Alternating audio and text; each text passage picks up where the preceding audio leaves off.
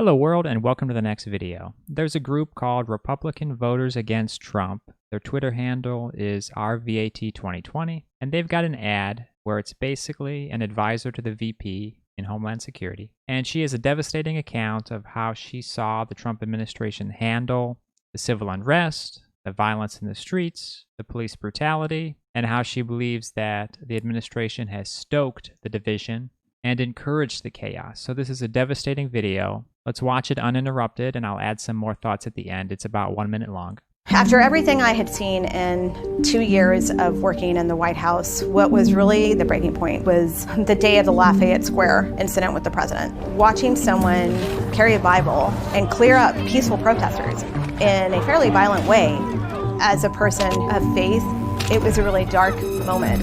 That was the moment where I really had to sit down and dig deep and say, no matter how hard I work, it doesn't matter, because the president is so disconnected from the reality of the problems across our country. We will no longer be America after 4 more years of Trump. He wants people out on the streets. The president claims to be pro-law enforcement. He is putting our law enforcement in harm's way purposely because he thinks that it serves his agenda. I would say to my colleagues, if you're going to speak out, right now is when it matters most. We've all lived it. We know that President Trump cares only about himself. Given where we are as a country, now is the time to tell the truth.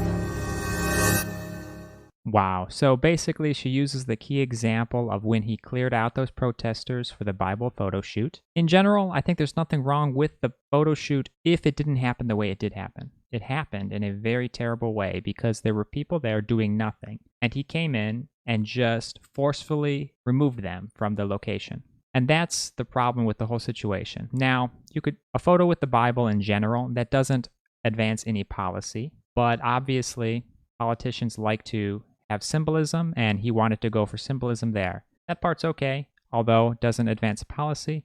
The problem was the way that he cleared it out with no respect or regard for any of the people who were hanging around.